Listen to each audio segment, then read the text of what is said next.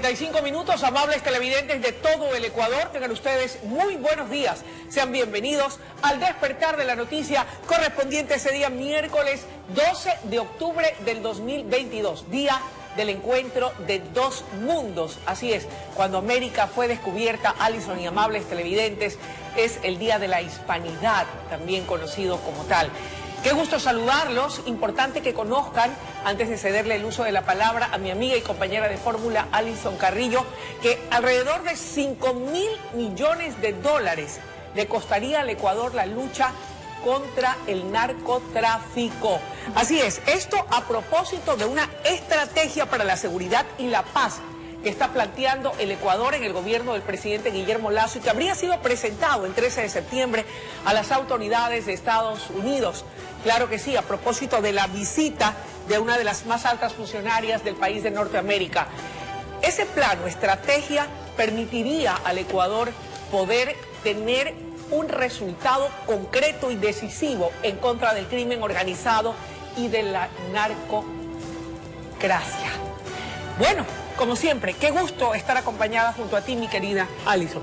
El placer es todo mío, mi bella Luisa, amigos televidentes, bienvenidos. Así es, efectivamente, somos tan diversos, pero tenemos tanto en común, gente noble, hospitalaria, gente maravillosa que hay en diferentes rincones de nuestro bello y hermoso mundo, en este país divino, maravilloso. Hoy también es conocido como el Día de la Pluriculturalidad y definitivamente tenemos tanto que compartir, tantos que aprender y enseñarnos a nosotros mismos realmente. Les mando un abrazo gigante. Hoy se van a realizar muchas actividades con respecto a este tema en diferentes colegios, instituciones públicas y privadas. Así que no dejemos de recordar nuestra historia, de dónde venimos y hacia dónde vamos. Es importante también conocer. Bienvenidos a esta jornada de miércoles al despertar de la noticia, una nueva emisión. Bueno, es importante que conozcan también que nuestros equipos periodísticos estarán desplegados donde se genera la información. Ellos están calibrando motores. Estén muy atentos porque nos acompañará Jorge Salazar, además de José Morales. Tendremos importantísima información, pero ahora arrancamos con esta que es vital. Así es, Luisa. Hoy concluye el estado de excepción que se amplió por 2 meses en la zona 8 y según los ministros de gobierno y del interior, no hubo un incremento de los hechos delictivos. Sin embargo, en la zona 8 se han cometido un total de 1.134 asesinatos, lo que equivale a un 30% más de las cifras registradas antes del decreto ejecutivo del 14 de agosto. Nuestro compañero Jorge Escobar viene con un informe especial. Adelante. ¡Ay, que nos ayude, por favor! ¡Auxilio! El bombazo que mató a 5 ciudadanos e hirió a otros 17 en Cristo del Consuelo el 14 de agosto volvió a alterar el nervio central de la inseguridad. ¡Oye, la policía! El gobierno apeló de nuevo a un estado de excepción que en septiembre fue ampliado y a pocas horas de que concluya. En cuanto a hechos delincuenciales comunes, no ha habido incremento, sino estabilidad y en algunas provincias reducción de esos hechos delincuenciales comunes. Antes de la firma del decreto ejecutivo, en la zona 8 se habían cometido 861 asesinatos. Tras 2 meses de excepción, la cifra subió a 1.134. Las causas inalterables. Del 100% de hechos delictivos que se producen hoy, el 80% está relacionado con el crimen organizado transnacional. Ese es un criterio que tenemos que tener claro. Y que están por concluir el plan de política antidelictiva, para lo cual buscan tecnología e infraestructura idóneas. Quiere decir armamento, munición, chalecos, vehículos, no solamente vehículos patrulleros, sino también vehículos blindados, los vehículos de transporte, camiones, inclusive aeronaves. En la asamblea cuentan que están trabajando en mesas técnicas de seguridad para ver si salen las urgentes reformas penales. Y la sociedad civil habla de un plan Primero Familia con el gobernador. Vamos a ir de cuadra en cuadra para capacitar a las personas que están quebrando sus negocios.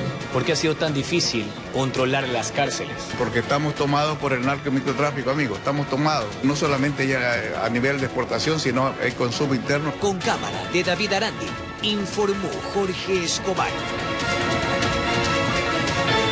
Bueno, es la situación que ocurre en el distrito 8. Lamentablemente hoy culmina el estado de excepción. Yo decía en mi introducción y lo estábamos comentando aquí de las cámaras junto a Alison, El documento de la Estrategia para la Paz y la Seguridad en el Ecuador fue elaborado por las autoridades de gobierno en la búsqueda de poder poner coto de manera definitiva en un proceso que no va a ser de la noche a la mañana y cuya implementación de lograr el respaldo de los Estados Unidos en Norteamérica podría en su primera fase tomar 3 años. Esto es algo parecido a lo que se dio la idea allá por los años 90 con el Plan Colombia, claro, junto a nuestro vecino del norte en Colombia. Se ha presentado una propuesta que está siendo socializada ante el gobierno de los Estados Unidos por la embajadora ecuatoriana en Estados Unidos, Ivonne Bacchi, a nivel del Senado y del gobierno, y también por el ministro de Defensa, el señor Lara, con otros estamentos de los Estados Unidos en Norteamérica. La idea es que puedan financiar este plan, esta estrategia de seguridad y de paz aquí en el Ecuador, para poder tener, ahí sí, resultados concretos y contundentes contra la narcodelincuencia y contra el crimen organizado. Implementarlo cuesta $5.000 millones, que Ecuador no los tiene. De allí la importancia de poder lograr, a través de ese lobby del más alto nivel, para que Estados Unidos pueda financiar o ayudarnos con buena parte del financiamiento de este plan que permita poder sanear esta plaga. Primero fue la pandemia del COVID-19, ahora es la plaga de la narcodelincuencia que nos ha puesto en los niveles de inseguridad más graves de toda la historia del Ecuador. Y que además, Luisa, debemos comprender que la narcodelincuencia de la cual estamos hablando en ese momento no se radicó aquí de la noche a la mañana. Ya no estamos a favor de nadie, nuestro deber es informar. Y lamentablemente, como durante muchos años se han ido abriendo camino las mafias criminales en el país, no va a ser fácil ni de la noche a la mañana lograrlos descerrar.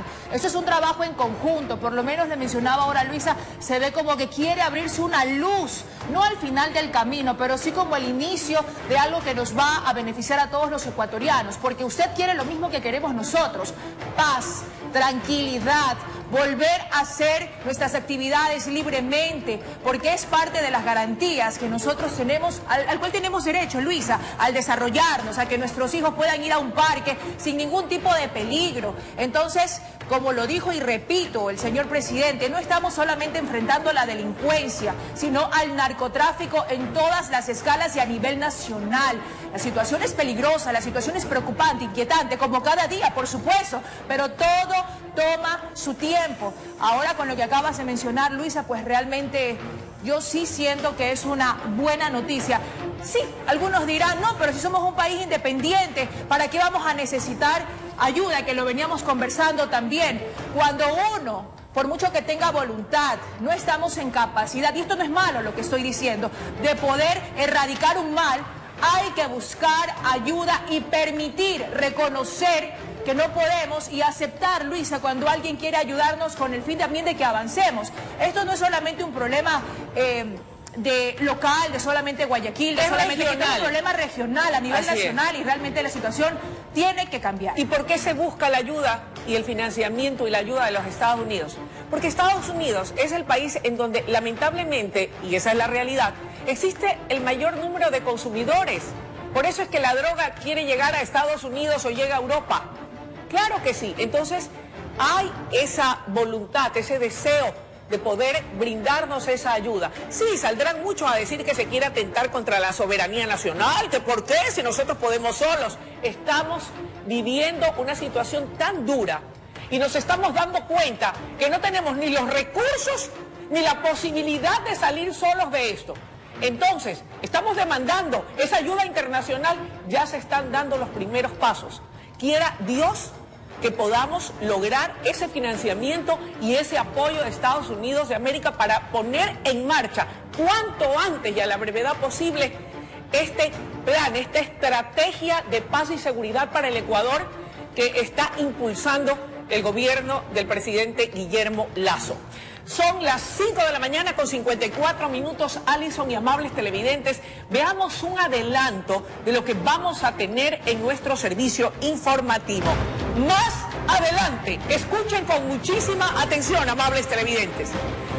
Tras Tras una persecución, la policía capturó a 8 presuntos integrantes de una organización delictiva compuesta por ecuatorianos y colombianos.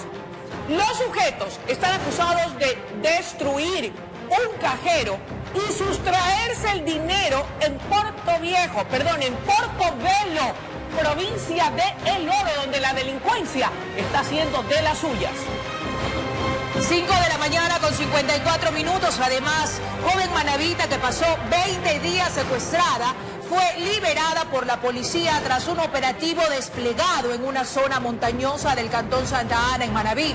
4 personas fueron detenidas. Los detalles más adelante.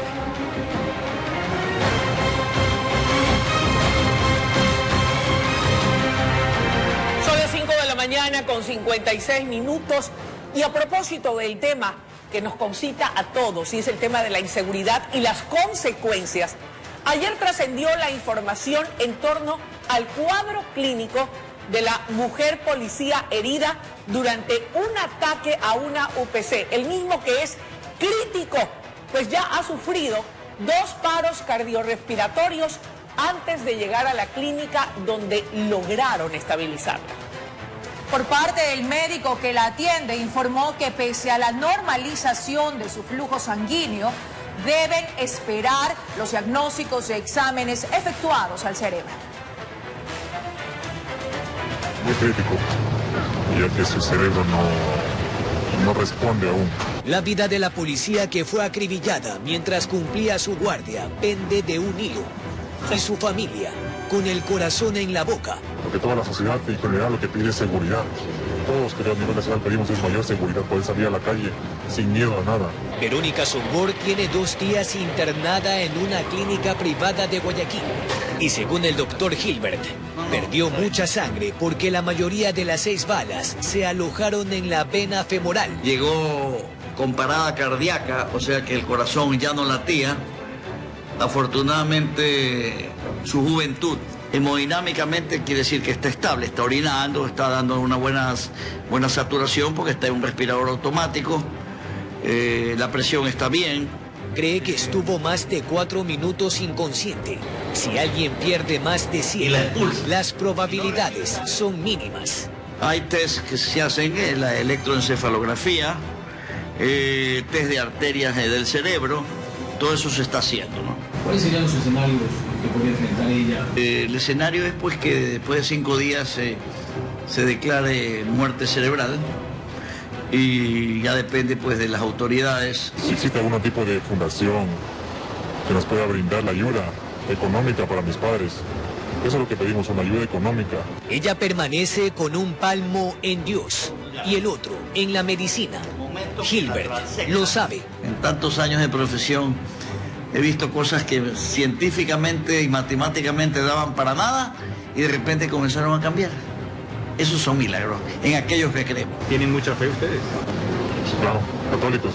Tenemos la esperanza, nuestra Virgencita desciende, que nos va a hacer ese milagro de que ella pueda vivir, porque incluso es mi hermana que está empezando una carrera. Y todos en un solo puño de oración. Con cámara de David Arandi, informó Jorge Escobar. Oración por Verónica, es lo que pedimos y es lo que clamamos al Todopoderoso, al país entero, a los más de 18 millones de ecuatorianos, porque como lo decía Alison y amables televidentes, el doctor Roberto Gilbert, hay solamente la espera de un milagro, porque médica y clínicamente se le está dando todo el soporte que ella necesita. La juventud de Verónica es algo que suma y ayuda. El resto está en manos del Todopoderoso. Yo tengo fe y tengo la certeza y la seguridad de que podemos ver obrar un milagro de parte de Dios y de nuestra Madre María Santísima en favor de Verónica. Así es, Luisa, los milagros existen y estamos seguras de que te vas a levantar de esa cama, Verónica. Un abrazo a sus familiares, a sus padres. Eso no termina aquí.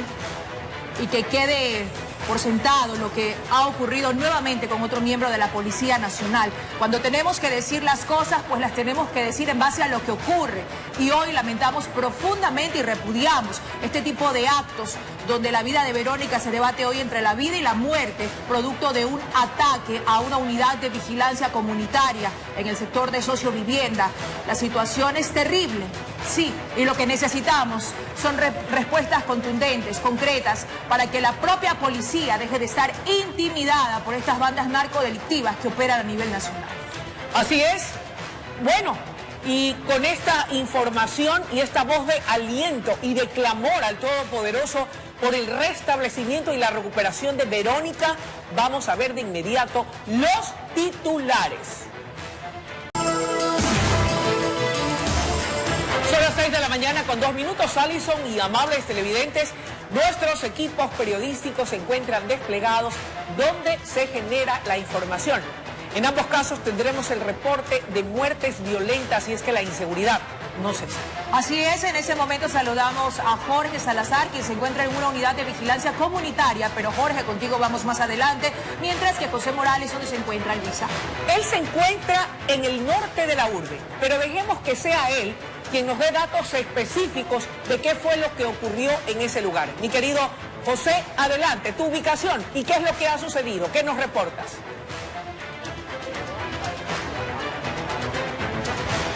Queridos compañeros, amigos televidentes, saludos cordiales a esta hora de la mañana. Sí, con la gracia de Dios, una vez más frente a sus pantallas, hoy nosotros estamos desde la ciudadela Urdesa, específicamente en Cedros y La Primera, donde la tarde de este martes se generó una muerte violenta, un hecho lamentable que acabó con la vida de un ciudadano de 38 años en este punto específicamente, cuando se acercó porque al parecer alguien lo habría llamado para traerlo hasta este punto donde supuestamente iban a alquilar una oficina. Los detalles los tenemos preparados para ustedes en el siguiente informe. Veamos. El crimen ocurrió en las calles Cedros y La Primera, en la ciudadela Urdesa, norte de Guayaquil. Allí, dentro de un inmueble de alquiler, se encontró el cuerpo sin vida de un hombre. Una vez en el lugar pudieron verificar que se encuentra un cuerpo tendido en el interior de una oficina, el mismo que presenta varios impactos de arma de fuego. El cadáver presentaba alrededor de 3 impactos de bala, de los 18 disparos que habrían realizado en el lugar. La policía inició ya las investigaciones del caso. Lo que manifiestan es que el señor llegó al lugar y aproximadamente llegó un vehículo con 2 ocupantes, los cuales ingresaron al interior de las oficinas y le procedieron a atentar al individuo. Se informó que la víctima mortal tenía 3 meses de haber salido de prisión. El señor es Dalton Israel, el cual es de aproximadamente unos 38 años de edad. Efectivamente, verificando los antecedentes, tiene antecedentes a partir del año 2008, 2010, 2011, 2015, 2017. Entre ellas, tenencia de sustancias sujetas a fiscalización por robo. Al momento del crimen, el hombre se encontraba en compañía de otra persona, quien abandonó el sitio. Informó Jorge Salazar. Veíamos entonces los detalles en torno a esta nueva muerte violenta generada en el sector de Urdesa, esto en el norte de la ciudad de Guayaquil. Acerquémonos un poco para observar cómo se encuentra al momento la escena del crimen. Allí estamos apreciando los impactos de las balas que quedaron marcados, registrados en el vidrio de esta oficina. En horas de la tarde, alrededor de las 16:30, la víctima llegó hasta este lugar en el interior de su vehículo, un automóvil de alta gama, de acuerdo a lo que se ha manifestado.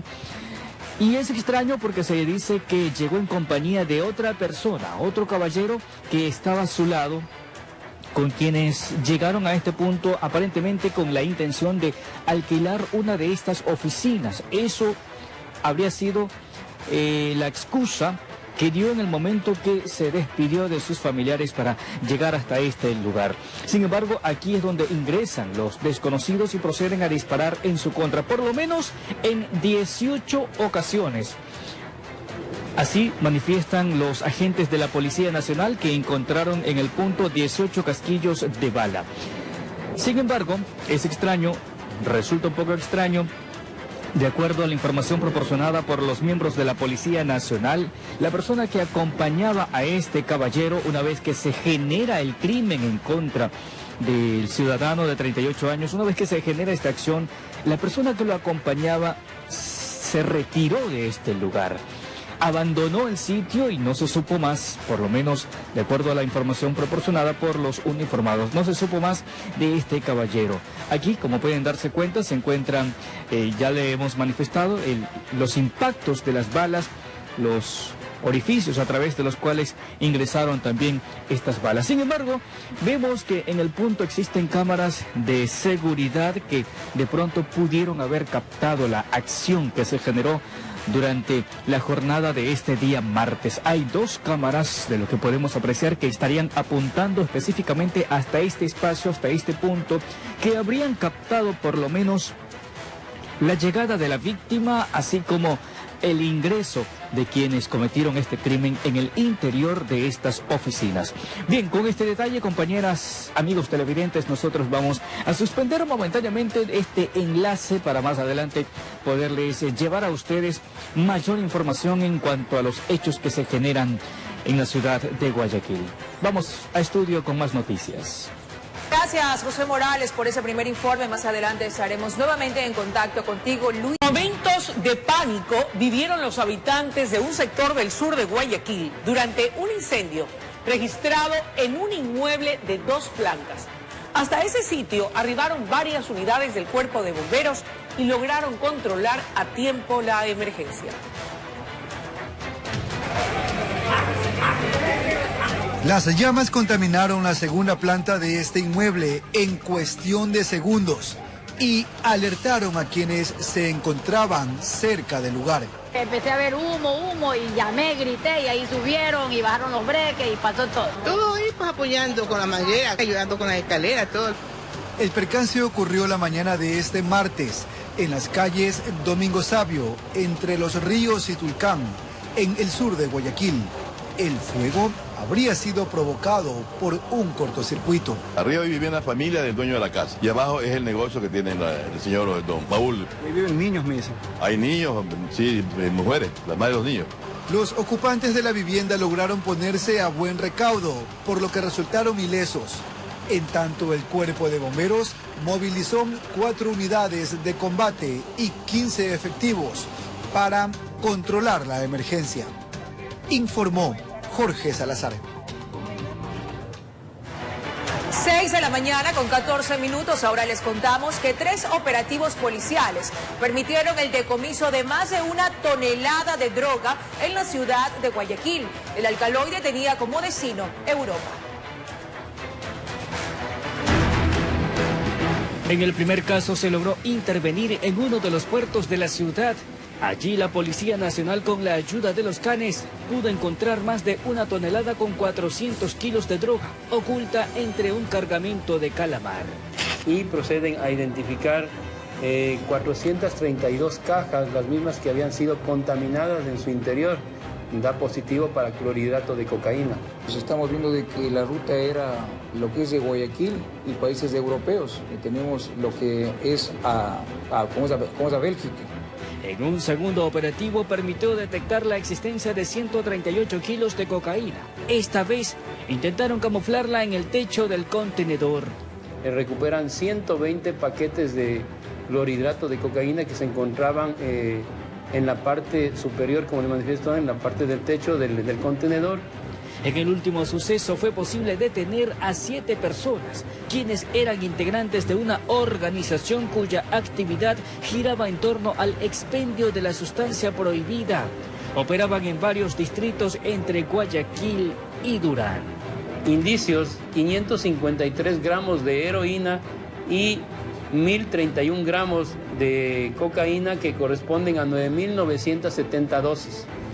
Informó José Morales. Con atención, la seguridad en cada pabellón del centro carcelario de Guayaquil está en manos de los mismos privados de libertad.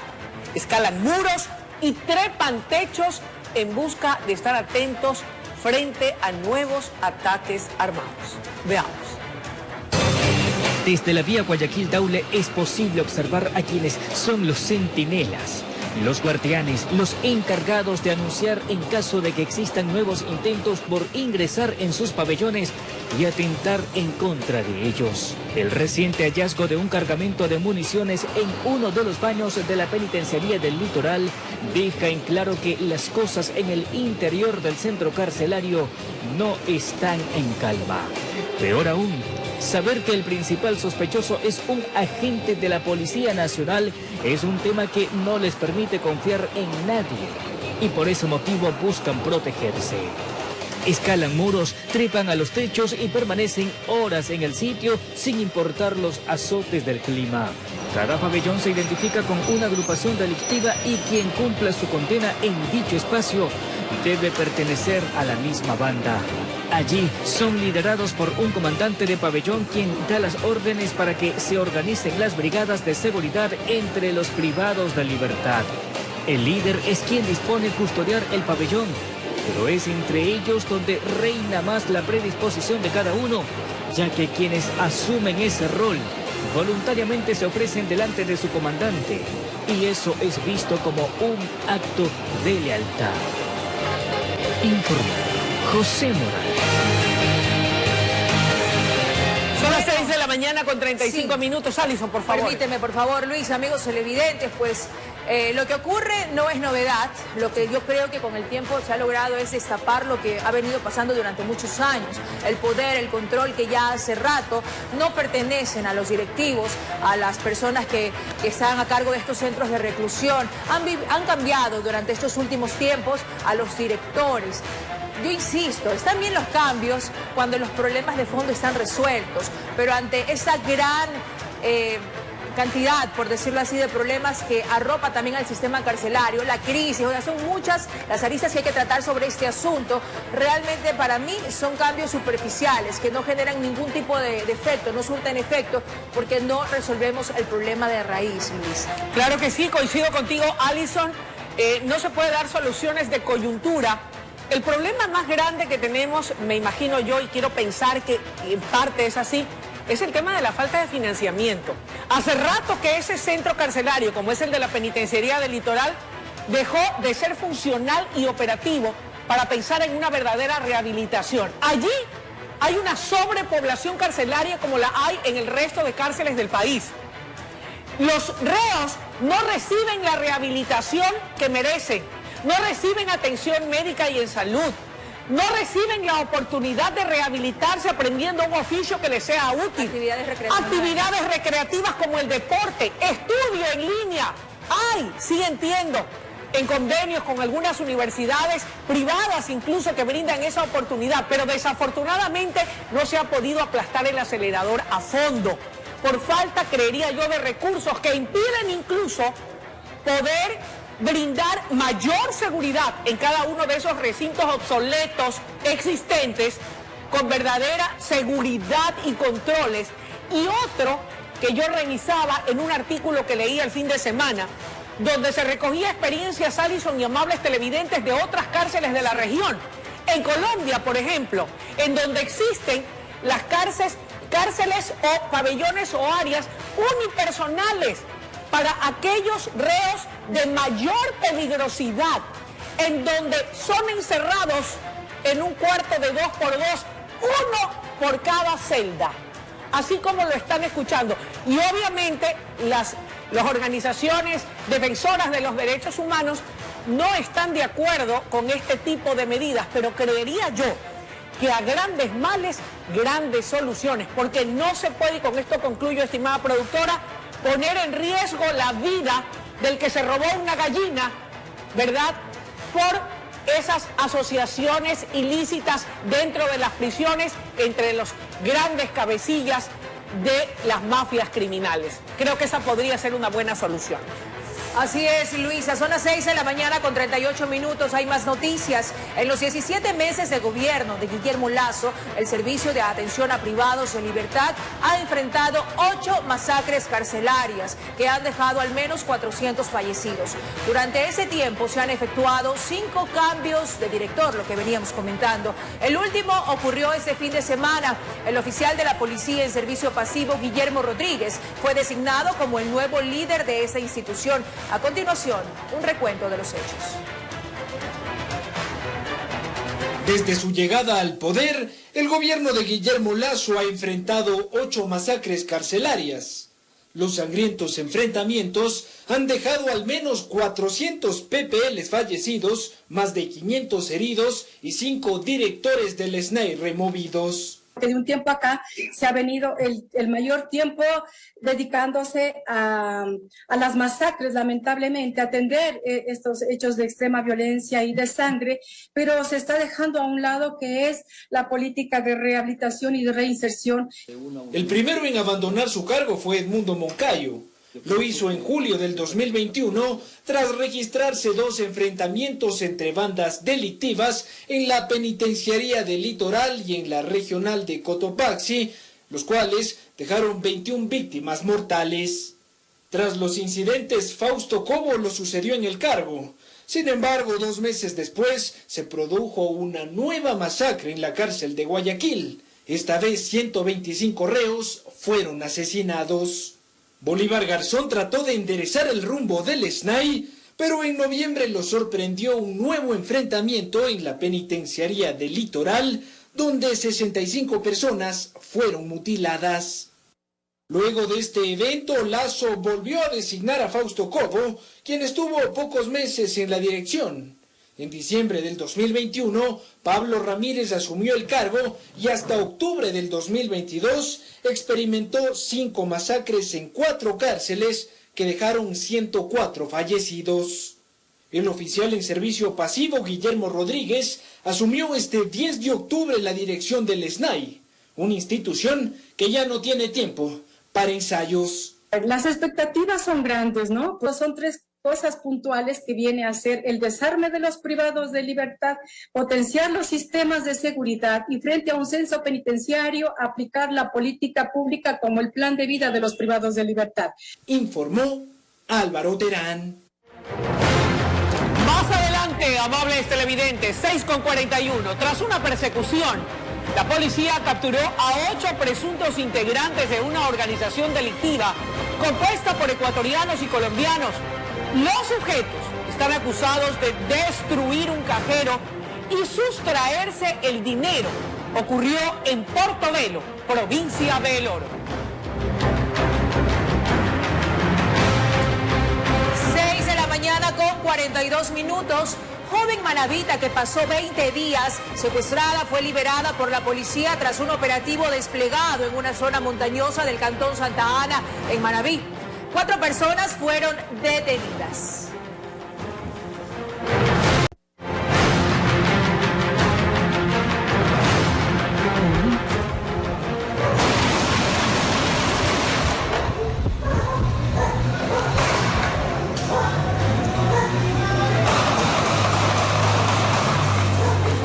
Se puso bomba. Momentos de terror se vivieron en el sector de las Malvinas, al sur de Guayaquil, 6 de la mañana con 47 minutos.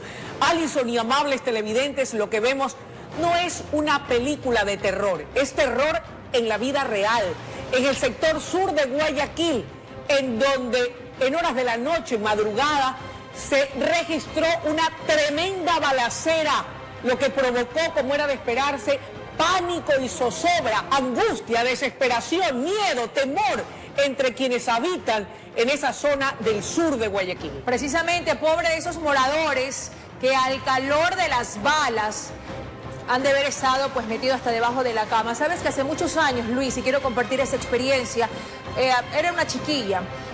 En el lugar donde yo vivía, se armó una balacera, era un sábado, habían chicos jugando en los exteriores de las viviendas, porque era un barrio, sí, efectivamente, pero todo el mundo voló a esconderse debajo de los muebles, debajo del sofá, debajo de la cama, porque no había poder humano que calmara a estos hombres que de esquina a esquina se repartían bala. Y ahorita viendo estas imágenes no puedo evitar recordar aquella época donde yo fui testigo y fui parte, en este caso pues como habitante del sector donde el cruce de balas era pedegna. Afortunadamente vemos que esta calle ha de haber sido en horas de la madrugada porque la calle está vacía, pero realmente la situación es lamentable. Eso ocurrió en el sur de Guayaquil, en las Malvinas, que también es otro escenario pues de ese cruce de balas. Escuchemos una vez más.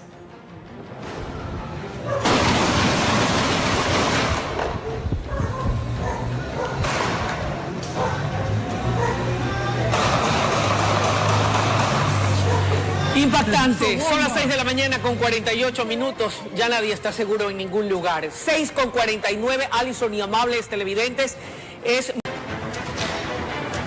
Gracias, Jorge. Amigos televidentes, por supuesto, nosotros ahora desde Urdesa, donde la tarde de este martes se generó una acción violenta que acabó con la vida de un caballero de 38 años de edad. A esta hora de la mañana lo que logramos apreciar es simplemente la huella a través del cual los impactos de las balas penetraron en el vidrio, en uno de los vidrios ubicados en este sector. De acuerdo a la información proporcionada, indican que a esa hora de la tarde de este martes llegó el caballero en compañía de otra persona. Se bajaron, ingresaron hasta una oficina ubicada en este punto, donde aparentemente venían para concretar, en este caso, concretar un alquiler de estas oficinas. Sin embargo, en el interior se procede a dar o actuar de manera violenta en contra de este caballero. Le disparan en varias ocasiones. En el punto, criminalística señala que encontraron 18 casquillos de balas. Por lo menos 12 de esos impactos habrían penetrado en este caballero, acabando con su existencia. El ciudadano registra detenciones, sí, de acuerdo a la información proporcionada, registra por lo menos 5 detenciones por delitos que son como el robo y también la tenencia de sustancias sujeta a fiscalización. Ese es el detalle de lo que tenemos a esta hora de la mañana, de los últimos acontecimientos que se han generado en la ciudad de Guayaquil, específicamente en esta ciudadela, un sector residencial, hay que manifestarlo, un sector residencial en el que muy pocas veces de pronto se observa este tipo de accionar. En todo caso, una nueva muerte violenta que pasa a formar parte de esas estadísticas en la zona 8. Con esto regresamos en unos minutos porque nos vamos a un corte y volvemos.